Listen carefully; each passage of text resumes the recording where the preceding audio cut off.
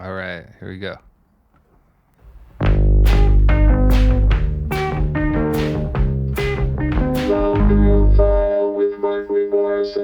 Hey, welcome to another episode of Low Profile. This is Mark Lee Morrison, and I am joined today by engineer Miles Rosati. Hey, y'all. And first timer on the show, Jason Lee Peters. Hello, hi. We're talking this time about someone named Susan Cadogan. She is a recording artist based out of Kingston, Jamaica. I think I've got that right. And back in the early 70s, she had this number one hit called Hurt So Good.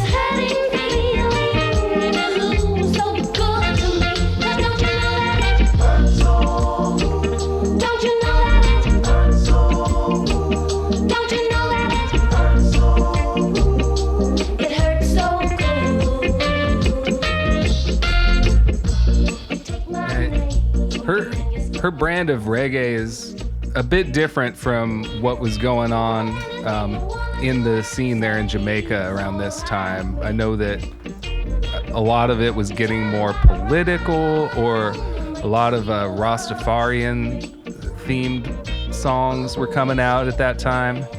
And she became part of a little subset of reggae artists, and they called this new offshoot of reggae lovers rock. So it harkens back to reggae's predecessor rocksteady, in that it's a little bit more R&B than than the heavy like Bob Marley kind of sound. And then rocksteady came out of ska music, which was a little earlier. And ska kind of came out of calypso and mento and other like West Indies little brands of music that were happening, and it all kind of accumulated here in the early 70s with the lovers rock sound. And then many years later, Sade released an album called Lovers Rock that sounded nothing like this, but still pretty good. Yeah, it's pretty good. I'm a big Sade fan, so she can do no wrong in my opinion. But Susan, man, when I first heard her, I was just like, this is something special. I hadn't really heard anything like it. I mean, it did like kind of have similar vibes to like Toots and the Maytals. Yeah. Like just kind of fun, like sunshine reggae, I guess. And I'm sorry, I'm not like a super expert in the field of reggae music, but I do know, I'm big enough nerd to know that this album was produced by Lee Perry. Yeah, Lee Scratch Perry. I saw that, yeah. And the band on the album is his band, The Upsetters. Oh, is that right? So that's probably, plays into why it's pure gold whole way through. This is another favorite track of mine off of that album, and it's called If You Need Me. And we're going to go ahead and hear a little bit of that.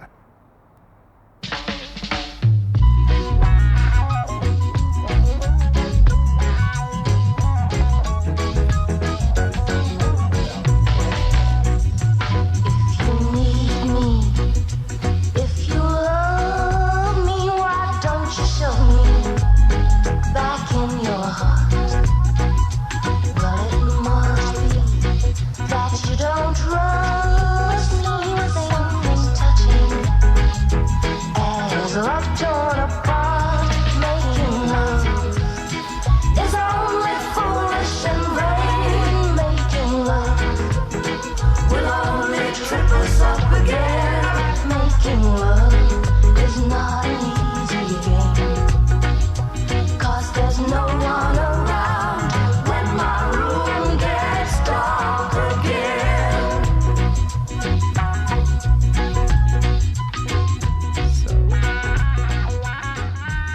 So yeah, my first impression of her stuff was a very positive one. Yeah. And I feel like for the longest time, I couldn't find anything out about her on the internet. I mean, I guess this is like before Wikipedia was a big thing, and just How did you first hear her? my friend Matt just like found her CD used like British import, and I don't know where he found out about it, but I just found out about it riding in his car with him, and I had to have he made me a tape of it. Was this the early 2000s? It was, yeah. If you're talking about predating Wikipedia, that must be like 2003 or 4 yeah, or somewhere around there.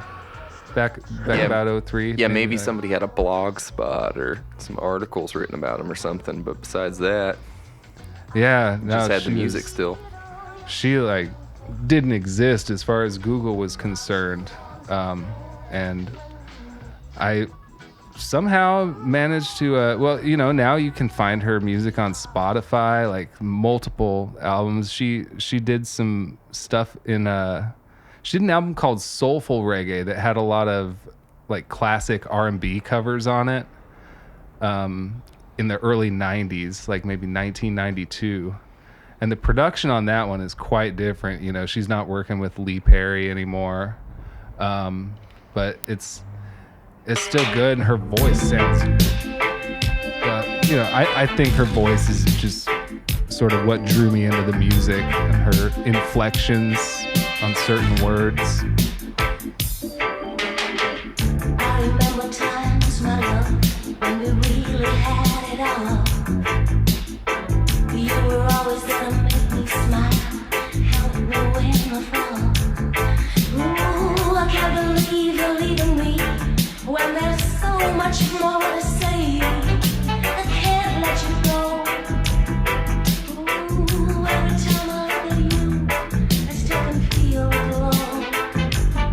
Let it be, let it grow.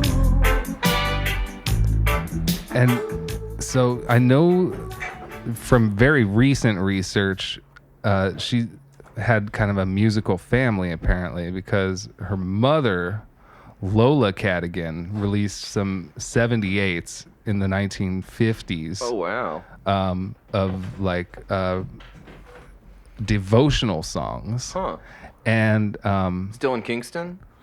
I believe so. I'm not totally clear on that, but I have a feeling we're gonna find out for sure. But I want to play a little bit of Lola Cadogan's music. It's definitely not reggae, but I think you can hear the production maybe carrying on into further into the future of the family. This is Lola.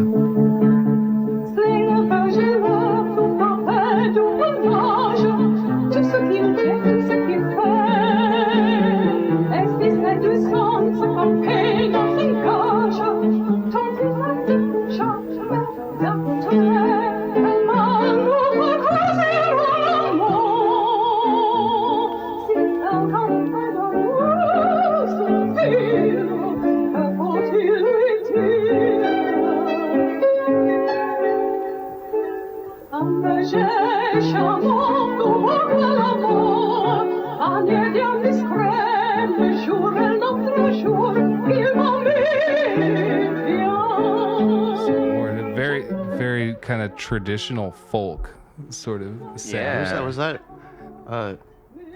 That's Susan's mother, Lola. Yeah. That's amazing. Yeah. It's very eerie. Yeah, and she's got quite the vibrato. Yeah. She's not slowing down on that vibrato. Very, very busy tonsils. Yeah.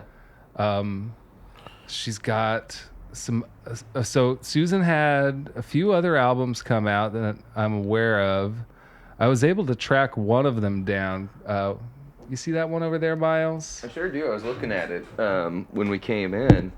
Doing It Her Way. Yeah, Doing It Her Way. By Susan Cadogan. And that album is, I found it's like really lush string arrangements and like kind of like big band sounding horns. Imagine there's no heaven. It's easy if you try. No hell below us, above us only sky. Imagine all the people living for today. I'd say the album's maybe about 40% like just plain like, you know, soul with like kind of a like almost like a later Motown vibe. Oh wow. And then the rest of it is reggae but with these like really elaborate arrangements. And the cover is great. Susan's like sprawled out on some kind of like pillow or something like that, and then there's a couple palm trees that are silhouetted by moonlight, and there's a couple little lovebirds Two or something. lovebirds, yeah. Yeah, on the branch there, right in front of the moon. In the silhouette. Mm-hmm. Yeah. And it's mostly covers, isn't it? We were talking about earlier. Yeah, it's mostly covers. I'd say I'm familiar with about half of the tunes on there. She does a Imagine by John Lennon and Something by the Beatles. And then, let's see, what else is on there? Can you reach that from here? We've got on side 1, Hurt So Good, Say a Little Prayer, Ghetto Cowboy, Imagine, Ghetto Cowboy. Will You Love Me Tomorrow? Cowboy. I'm guessing that's by the Shirelles. Uh-huh. Swinging on a Star, I Can See Clearly Now on Uh-huh. side 2. That's a real popular song in the reggae world. Mm-hmm. Yeah. Let Me Try Again, Something, Love Me Baby, How Do You Feel the Morning After, and closing out side 2 is Call My Name. Yeah, I think about half of those songs were written for this album. And then, you know, the rest was, you know, songs that she wanted to do her own way. This is a really cool album cover. Yeah, there's a big number 4 on her chest, but I think somebody else added that. Yeah, I was wondering. I don't think that's part of the cover. It Probably. looks like a fat Sharpie might- did that. I don't know. I might look it up. Yeah. Okay. Hard to say. It could go either way. But anyways, Susan Cadogan, these days she lives in between Jamaica and Florida. And right now she's in Florida and she's awake. And I think I'm going to give her a call because I also have her phone number. Oh wow. And just find out more.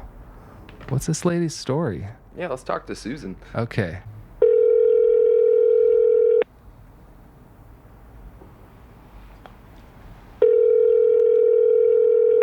Is it a landline? I'm not sure.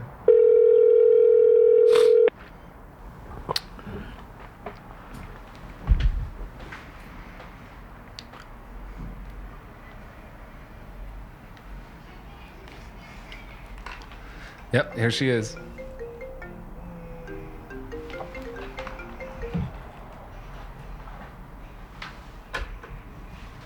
Hello? Hello?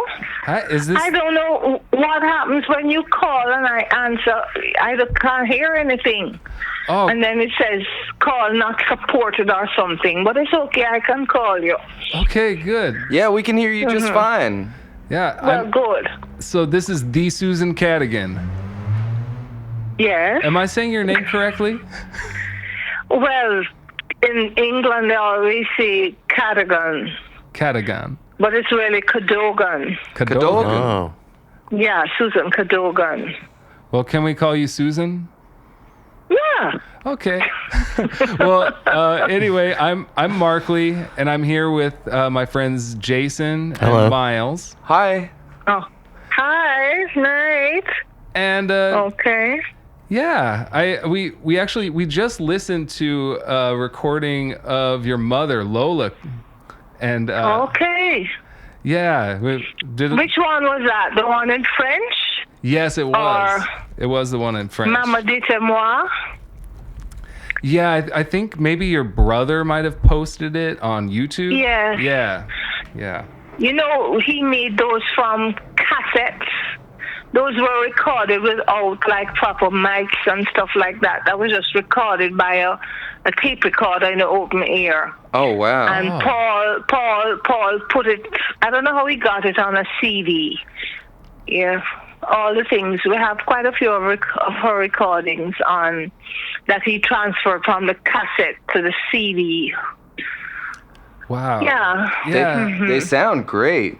Like, yeah, really, really. Production-wise, Good. it sounds nice. I like They it. sound very alive. Yeah, and yeah, she has Yeah, an incredible voice. it's just open air with a piano playing and herself singing, and it's being taped like those old-time cassette recorders. It's not like you're in a studio with headphones and mic and stuff. There's no mic apart from the mic picking it up in the recorder, in the tape recorder. Right. Yeah. But that's from like way back in the 80s or whenever, you know. Wow. Long ago. Now, But she was a trained singer. was she an influence on you? Yes. Well, from when I was little, I remember her always singing.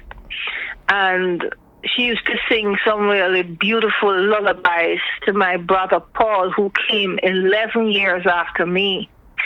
So, and at that age, I had started liking music. I used to listen and sing along. So I learned the lullabies, and I used to sing him to sleep.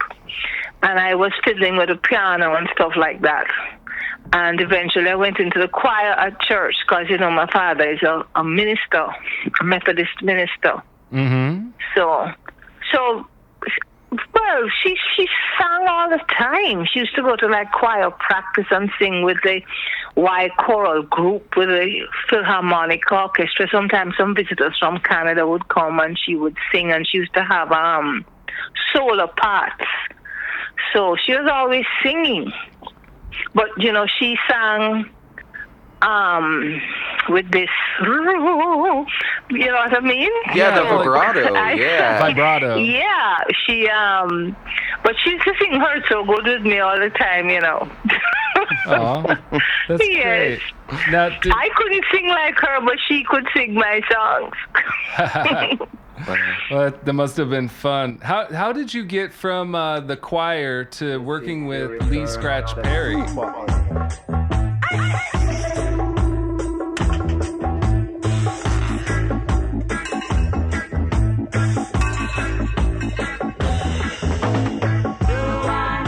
Well, when I was in the choir, I was like in my early teens. That was in Jamaica, Cook Methodist Church downtown. And I really have I don't remember ever saying I'm going to be a singer.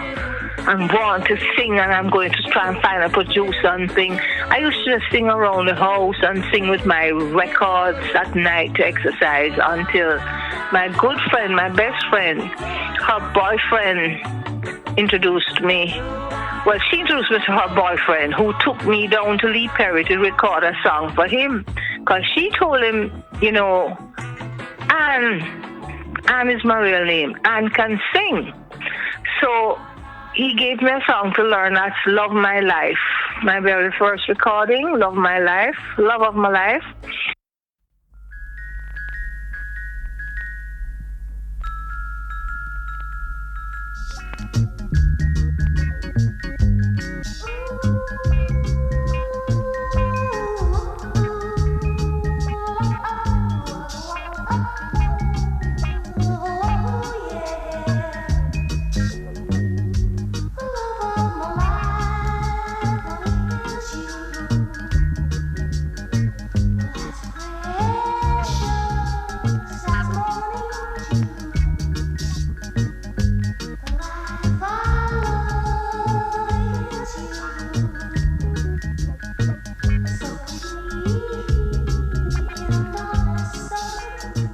I love that one. He took me, yeah, it sounds with a kind of xylophone, kind of very pretty. So the producer that took me to a studio to record it, and I didn't even know I was in the Black Ark. Because the Black Ark of Lee Scratch Perry, he took me to record Love My Life. And that's where I met Scratch, and he asked me to sing If I Knew Hurt So Good. So, of course, I knew it because I was always singing and listening to the radio, but mostly I was into like the Motown soul music, rather than reggae. That comes across, So- yeah. Yeah, so what I said, yeah, I know it. So he played the thing and he said, go and try it. He asked Jerry if I could try a song for him. In fact, his words were, Jerry, lend me a singer now. So I went and sang the thing and he said, yeah, man, that's how I want it, man. Go and sing it again. And I sang it again, and that's how I recorded Hurt So Good. And he said to me, that's Perry. I really like your voice and stuff, and I'd like you to sing more for me. And he gave me some little cassettes to go and learn songs. And of course, I was excited over the moon. It didn't enter my head that, listen, you're recording music and contract and whatever. It didn't occur to me. I just took, from then on, I just started going to the Black Ark every weekend, and I'd sing and sing for Lee Perry. All the songs he gave me to learn. Top of the Pop. Scratch and sang Hurt So Good.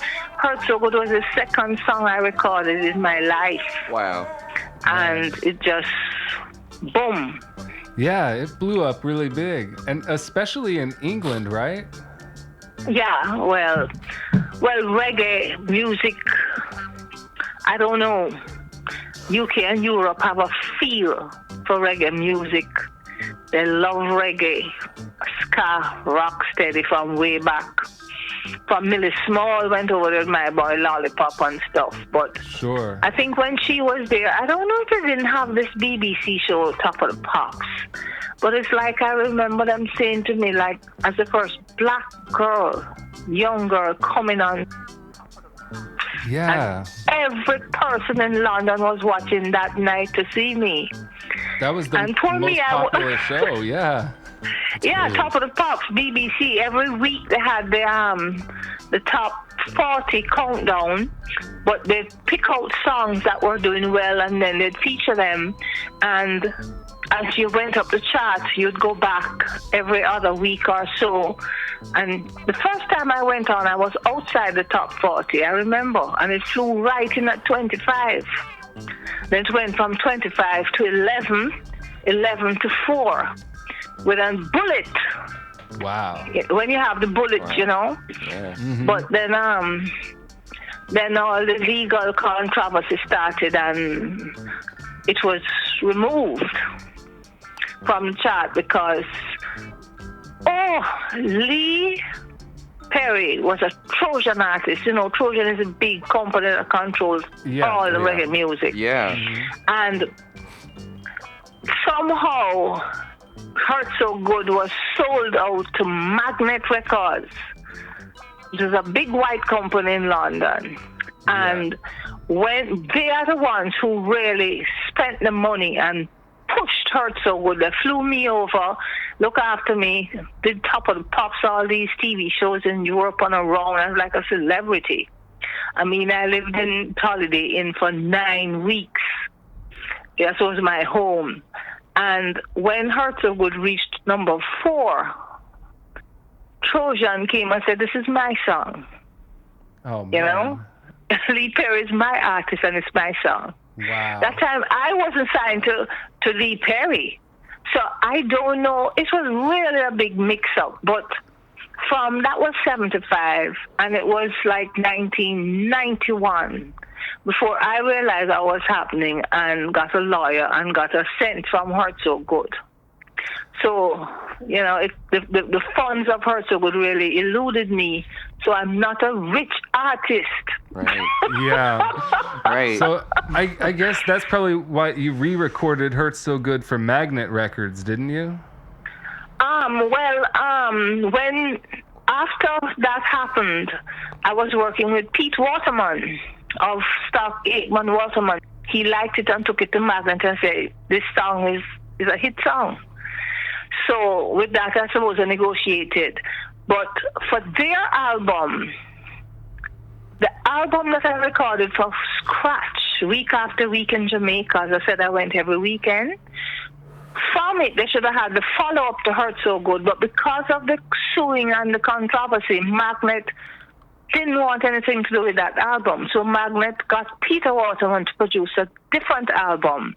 So I had to re-record Hurt So Good for him. Plus, that's the song, that's the album, Doing It Her Way. Yeah, that's my second album. I got a copy of it right here. We're looking at it right now. I managed to find one. I've been looking for a copy of Hurt So Good for a long time. I'm a record nerd. Album? Yeah, I'm a record nerd, so I got to have the vinyl. Well, it was re-released. It has been re-released twice under that Perry album. It was re-released the end of, not last year, the year before. But I just got Doing It Her Way, and I brought it here to the studio so we could all take a look and listen to a little bit of it. It's very different in the production. Very different. Yeah. It's a lighter production. I remember going to the studio with Pete Waterman and a whole lot of musicians, and he'd say, come on, lads, we're going to play Imagine to reggae. And everybody would just start to bounce and play, but it's a different feel. Sure. But Pete Waterman has become such a big-time producer. I didn't even know people knew. Let's play that record. But a lot of people seem to like tracks from this album and consider it, well, in London, it's completely different from Lee Perry's Hurt So Good album. It really is, right? Yeah. Well, all the no strings album I've on done. there and...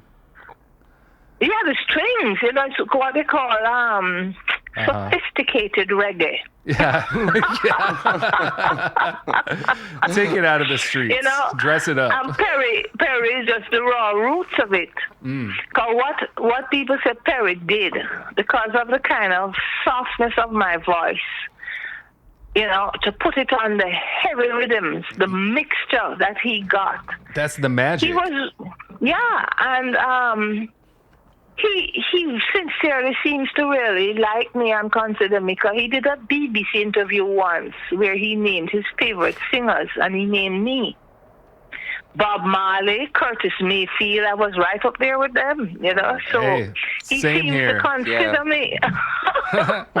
I have to agree. But he was different, and I have to say, in the years gone by, I've done like 3 albums for Arriva Records, Mad Professor. I've done 9 albums altogether, and none of them can come up like a Hurt So Good album. Well, sometimes you're just in the moment. And I really like Soulful Reggae from '92. That was I really that's my worst album. Is it? Well, what? That says a lot. Well, I remember Neil Fraser, who's my professor, saying that, I'm going to call it that because you have this kind of thing in your singing. Kind of soulfulness. As I tell you, I'm very influenced by like Diana Ross and the Supremes and that kind of era. Yeah. So, but for soulful reggae, he recorded that album in like 2 weeks. I'd sing off 3 songs in a day, and I was drinking brandy. When I sang Band of Gold, I was as tipsy as ever. Now that you're gone, all that's left is a band of gold. All that's left to the dreams I hold is a band of gold, and the memory of what love could be if you were still here with me. You took me. That was my favorite one. It was awful. I don't like it at all. Well, Susan, it's been nice talking to you. We gotta go. I'm just kidding. You kept going for did you ever stop? I mean, it seems pretty consistent. You're about to go on tour, and people think that I stopped. And if you read, like Trojan, they were 50 years. Is it this year or last year? They're celebrating 50 years, and they have Hurt So Good on their essential Trojan album. Hurt So Good. Well, I'm happy for that. And on it, they'd have a little bio of each of the artists, and in it, they seem to feel that I just faded away. I just disappeared. But what happened is because I didn't get, really paid. Magnet looked after me when I was in London and stuff, and they gave me an advance on their contract. But I wasn't earning, so I went back in the library. But they kept calling me, so every time somebody wanted me to do music, I'd go back, but I'd really keep my job. So Sure. I used to say I work in the library and I'm a part-time singer. So it's not until I really retired from active 9-to-5 work that I really started. I couldn't find any other job because nobody wants to employ anybody when you get too old. So I went back to the singing, and it has been so fulfilling for me that even at this stage I'm still recording, because right now I'm still working on more music with my Canadian producer, and I wrote a new album, The Girl Who Cried, which has a lot of kind of more old-fashioned thing there, because this producer, Mitch G-Real, in Canada, he even got in a Hammond organ to get the sounds, and it had live drums and stuff.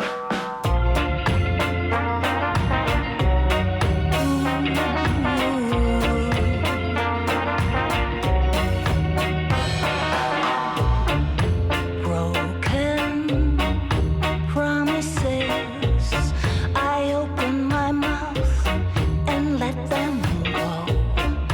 They're just so. But to appeal to the crowd where I'm known, like Europe and things, because I'm not that well known in the States or even in Jamaica. Although Jamaica, I was female artist of the year in 81, but, Yeah, and you live in the States part-time, right?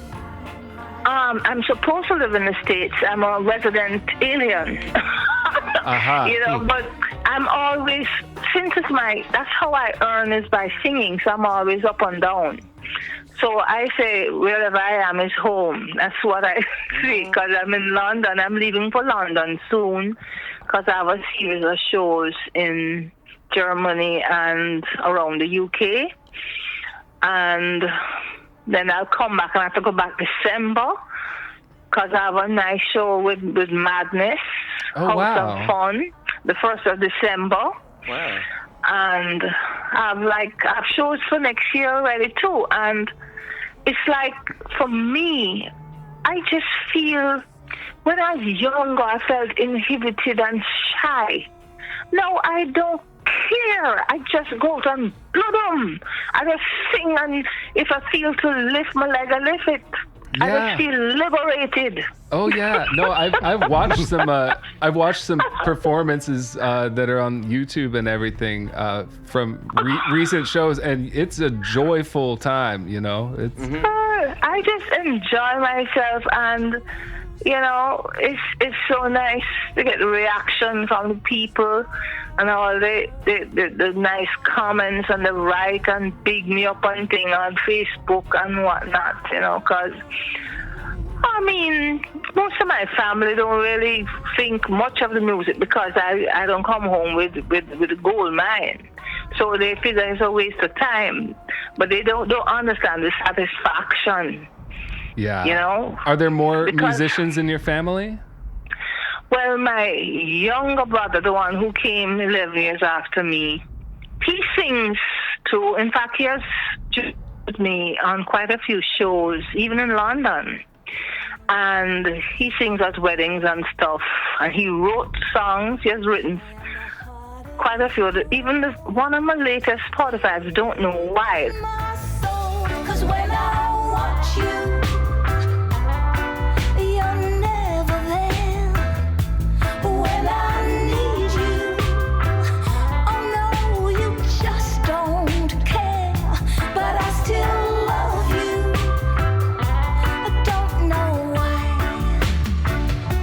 everybody seems to like. 'Cause Oh, I sing love it. live now. Don't know why. Paul wrote it. That's Paul. Oh, wow. And my elder brother used to play guitar, and my sister used to dance and sing. So, you know, it's like I don't know where I never ever knew what I wanted to be, and this career was just given to me. So I just, you know, most people go up, oh, I'm going to be a doctor, I'm going to be a teacher, I'm going to be whatever. Up to now, I don't know what I want to be. So I was given my career, and now at this age, I just enjoy it. Yeah, sounds like somebody got blessed. Yeah, and I'm still getting blessed, you know? Yeah. Because honestly, I go into it with an open heart. It's a really rough business, you know. You have to have a tough skin. Yeah. Every time I try and stand up for myself and be tough, I get worse, beaten. So, you know, a lot of people I find take advantage of it because they would say, Susan, sing this and thing, and they say, you know, oh, they don't have this money. I say, okay, or something. And I don't feel that. I think sometimes some singers go overboard and charge too much just to show that they're, I don't know, you know. If I can go in a small place and entertain and have a good time, it's as good for me as being on a big stage. In fact, it's even more. I prefer a more intimate setting. Like I have a show the 6th of July, the Hideaway in Streatham. That's a very nice setting. You sit. Everybody sits and thing, you know. And then I have the 27th of July, have a show with Boney M. I think it's only one of them though, but you know, from that era. Did you say in New Orleans? Boney, no, that's in Nottingham. Oh, All of them are in UK and Europe. All the shows coming up that I have. Once every year I go over, sometimes twice a year, and do my little shows and get my thrills. I eat my fish and chips and thing. Oh, yeah. I love London. Yeah. Yeah. Well, but I'm pretty sure this show is global, so where can people find out about your performances? well, I have a little EPK, electronic press kit, at susancadogan.com, and in it the shows are listed and updated. But sometimes when I'm over there, sometimes, you know, usually, well, on my work permit, when I go over there, if I get another show, as long as I get it added to it, you know. But that's where you can find out information about me, as well as on Facebook. Everything is Facebook. I only keep the Facebook. Right? I tried to Instagram and I just can't keep up. I tried to tweet and I can't get to tweet. Yeah, me neither. Yeah, I don't have a Twitter myself. Yeah. I just sometimes I might, you know, put a little thing there, you know, cause. Yeah. But Facebook really, to me, controls social media. I don't know. People say Instagram is a thing, but whatever. Yeah, whatever. Whatever. You know, Instagram. if anybody really wants to find me, they just, you know. I think that's the thing, you know. If folks want to find you, you know, they find you, you know. Yeah. You know, I started a Twitter account, I think maybe 9 years ago, and I forgot the password, and I never missed it. It's something else, this internet thing, you know. People, that's why I turn off, I don't really keep my phone on in Messenger, because people just call me and I don't know who it is. Yeah. Sure. You know? That's a real common thing, I think, nowadays, you know. Yeah, and sometimes I have some real creepiness going on. So well, I'm nice to everybody, but I get myself in trouble every now and then by saying something, or people think you're not being nice to them, or you don't them, and yeah, boy. Anyway, what to do? Yeah, what to do? What to do? I say just keep on doing what you're doing, because it seems to be working. Yeah, because I mean, for me to still keep going, you know what is amazing though? I suffer from sciatica. a lot of people when they get older they have this sciatica thing. Yeah, This yeah. pain in the leg, and now I have this pain in my wrist and my knee and thing. You see, getting when young- I get on that, Yeah, it's getting younger and younger nowadays too. My best, When I our get good bud on- Andrew. the, Too. Yeah. the amazing thing is, I never ever feel a pain while I'm singing. As I get that mic and go on that stage and your little kind of apprehension passes, I don't feel any pain. I whine and go up and whine and come down and enjoy myself. Mm-hmm. And then when I get back to the hotel the night now, I just drop down and say, hi. You know what that means? You know what that means, Susan? You can't stop singing. Yeah. Yeah, you just gotta sing forever. Mash up and get muscle contractions, so I try to make sure I have Gatorade or someone else drinks a lot, because you lose a lot of water on stage. Yes, It keeps me fit. Oh yeah. Do you have any like pre-show, rituals? Like, do you eat? Do you not eat? Like what do you do before a show? I used to not eat because when you sing, when you and sing, you're taking air and you can't be burping in the middle of the singing. Yeah. So I didn't eat. But what started to happen to me now, because earlier on, now if I'm older, I'm more active on stage than before. So one show, my head started to swim. I hadn't eaten from like lunchtime. I had a little thing. And the heat in the place and the sweating, I saw the body kind of moving in front of me, and I turned to I said, I don't feel good. I had to leave and come off stage, and I got me a sweet drink, and I ate a little biscuit and thing and smelled some alcohol to go back out and finish the show. So they say I have to eat. So what I do now, I eat not right before, but I have to eat. And you don't eat peanuts, certain things you don't eat. You don't have anything too cold with ice and stuff like that. But I do eat a little something because you lose your energy. Or a little B12 pill will help you too. Oh, it's that's a good hard tip. work, People think you just run out and it's wonderful. No, you work hard. You Yeah. have to prepare for that show, rehearse for that show, and go out on that stage and deliver every time. Yeah. So if you're not enjoying what you're doing, you're not able to. So you have to be fit enough. And I used to run through my set every night for like a month coming up to a show, but I can't do it anymore. All I want to do is lay down in my bed and flick my channels on my teeth. Yeah. So, but I try, and it's really nice. Yeah. I find a lot of fun in it. And it's like I play out this fantasy in my head that I had from as a little girl when I used to picture myself being like a Diana Ross. Yeah. Hey, me too, It's yeah. You too? Yeah, sure. Yeah, I love, I play bass along to Supreme songs all the time, and try and sing along, so a little bit, Oh, yeah. Yeah, so. Well, Susan, Nice. I think we're about to wrap it up here, but Those are great tips though for singing, like and just performing in general. That was real helpful stuff for aspiring singers. Yeah, I you think. have to make sure that you have energy you can't wilt halfway.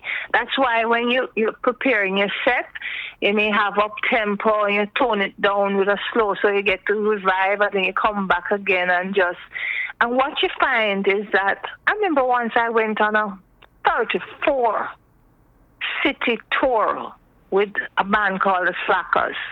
I know the Slackers. And after like the first two shows, I cried. I said, I cannot do this. You sing. By the time you finish singing, you get in the bus, you travel, you read. Sometimes you barely, it's very taxing. But by the middle of it, it was just going bam, bam. And when the tour ended, I missed it. So you have to make sure that you are fit and ready And most of all, if you don't really love what you're doing, you know, a lot of people think being a singer so nice and glamorous, you get money and you're rich and famous and things. It is blooming hard work, and so I see a lot of singers. You see what happens to them with the drugs and thing and the dead off and thing like that? It's rough. So you have to temper it till you can't overdo it. That's why I'm glad that I have stayed kind of on the outside and come in and do and then retreat and come in. I don't just let the music take me over. I take what I can from it. Because it will destroy you. I'm telling you, as much as you love it and how beautiful it is. It is a very demanding career, and it takes a lot out of you. But the end result, you know, the music is forever. The music will be there even years after. It's true. You know? Yeah. Yeah. It's like, you know, I tell them that even my brother, my bigger brother is a doctor, he's a urologist. But in he's what now? 70-something. In 30 years, he's gone. In 30 years, people might still hear, don't you know that it hurts so good? It hurts so good. You know, so me and my little self, I don't have no degree, I don't have nothing, but Yeah. You're I'm immortal so now. happy. Yeah, I'm blessed. You know? Yeah. You know, something good was given to me, and I appreciate the good and the bad and the ugly of it all. Yes. Mm-hmm. See how you got in touch with me and wanted to speak to me? Isn't that wonderful? It is. Yeah, I'm so happy that we got to have this conversation. Yeah, you know, I was listening to you in the lab today. I had school all day, but I was listening to your records, you know, via my computer, you know. But man, it was I just love your voice. I love your songs. And I love talking to you. You're an amazing woman. Yeah. It's a pleasure. I'm my father's daughter. My father's a chatterbox, you know. It's a ministers. He can talk up a storm. You know, my father is still alive. He's 104, and Wow. his mind is as sharp, or not sharper than mine, because I forget things. He forgets nothing, and he talks a lot. So I've always loved like literature and poetry, and Me I too. write. I can write. I've always been writing. In fact, I wrote quite a lot of, what did I call my book again? I can't remember now, but I lost it on the blooming computer. You know, so I chat a lot. I'd love to write out my story because it has been something else, I'm telling you. Yeah, you I should. believe it. I hope you do. Yeah, I've had some experiences, I'm telling you. Poof. Too much. It would take 2 weeks, because I did an interview in Jamaica the other day, you know, and we didn't get to half talk about, you know, because sometimes you talk about something is straight, or you digress to a different thing, and then you just don't get back to what you really were saying. Right. Yeah, man. But I've enjoyed every minute of it, and I have more that I want to do. And I write a lot of songs, and my greatest wish is that somebody famous would sing one of them. Yeah. And I'd retire gracefully. Yeah. Well, Oh, God. Yeah, man. we'll be looking forward to your book, Yeah. and hopefully that I'd love to be able to see you perform someday. Depends on. Yeah, are you coming stateside any times? Or I guess I should say to the West Coast anytime soon. You know, that's. At what? Are you coming to the West Coast of the United States anytime soon? You know, like California or Oregon or Washington? You know, last year, the band that backed me up for my European shows was from California, the Debonaires, and they invited me to California. But a member of the band was sick, but I think they're back out again now, and they said I should wait till November. They're going to see if they organize something, so who knows? And Jump Up Records in Chicago, Chuck Wren, I performed in Chicago once, and I was in Hawaii with Mad Professor, and so who knows? But I don't have to be back in London in November, so maybe. Who knows? Okay. Well, we'll be keeping watch.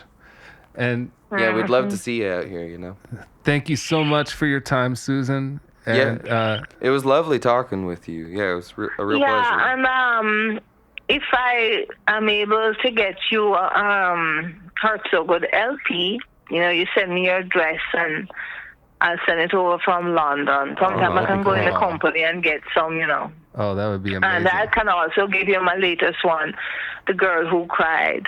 Ooh. It's a song, The Girl Who Cried. It has on Don't Know Why. Oh, And it has on Don't You Burn Your Bridges. I re-recorded a couple of the tracks from Perry's album. Wow. Oh, wow. Right? Great. And I have an album called Chemistry of Love that I produced with my brother Paul. Oh, wow. I got so cheated that we tried to produce ourselves, but it's not easy to do. If you're not in the business, you don't know what you're doing, you just can't make it. You really have to be in the business to work it, So I have that album, Chemistry of Love, and I saw it. Let me tell you, somebody had it selling for £500. Oh my goodness! Online, and I don't know where it's from or how. Oh boy, I don't know. One word business, yeah. Yeah. It's just good thing that I've survived, and I hope I can keep going for another. I say I'll retire at 70, so I have 2 years to go. Wow. All right. Wow. All right. Well, we're gonna make it happen. Yeah. Yeah, man. All right. Yeah, man. Yeah. Yeah, man. Alrighty. All Thanks right. for getting in touch and wanting to talk. And I wish you all the best with your what is it? The podcast? Yeah, you got it. Yeah. You'll fix up and you'll play some music too. Absolutely. Yeah. You'll Definitely. We'll we'll go back and maybe play little bits of all the songs you talked about, and and we already played through several songs before we talked to you. So. Oh, okay. Yeah. But if you need any, you can I can send you MP3s of like some that you can't find. Oh, Because man. my music is hard. It's like Piece of My Heart. Take a Little Piece of My Heart was my big Jamaican hit.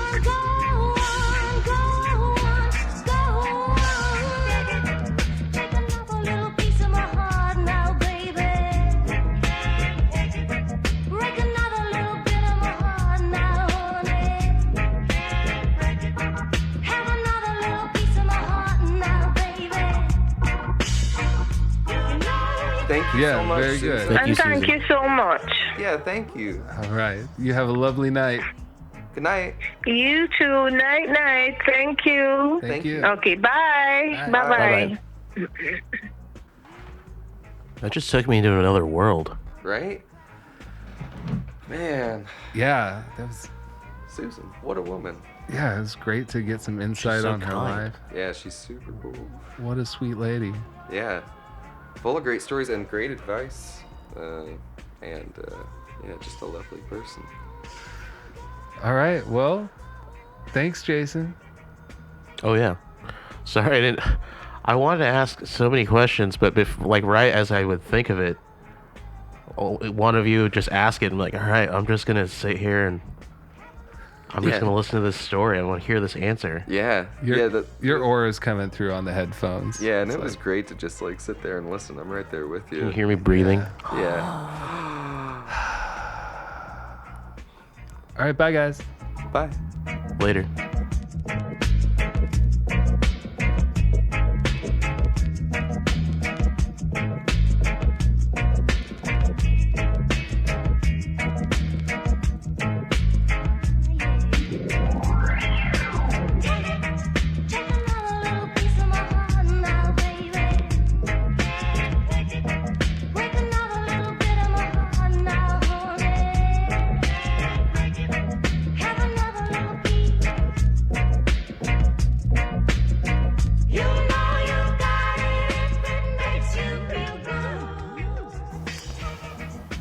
Well, now we can all find out more about Susan Cadogan off our bucket list.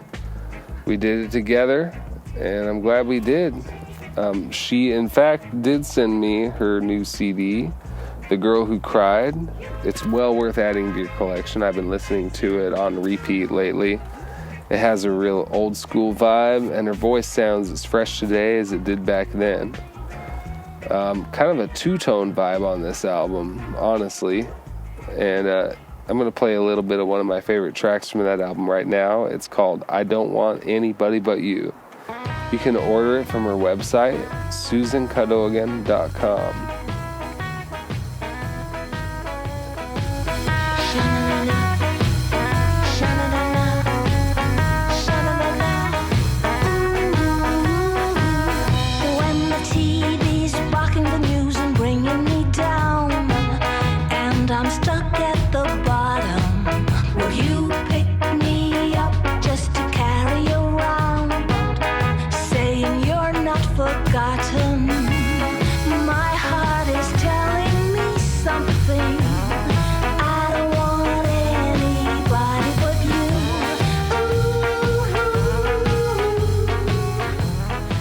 So late last month, my wife brought a third little girl into our family, and so this episode goes out to our new baby, Penelope.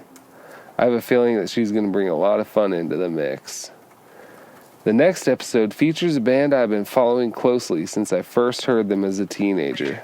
I'm talking about Soul Junk.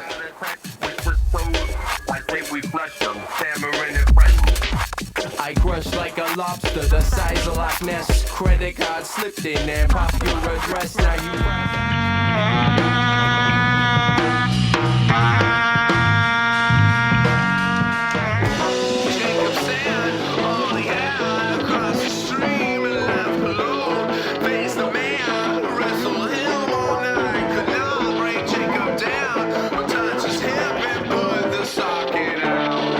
Soul Junk is a stylistically amorphous gospel group from California, and I got to interview their frontman, Glenn Galloway, in his own Singing Serpent studio located in San Diego.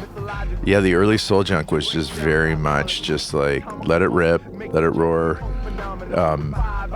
Way too Christian for the weirdos, way too weirdo for the Christians, you know?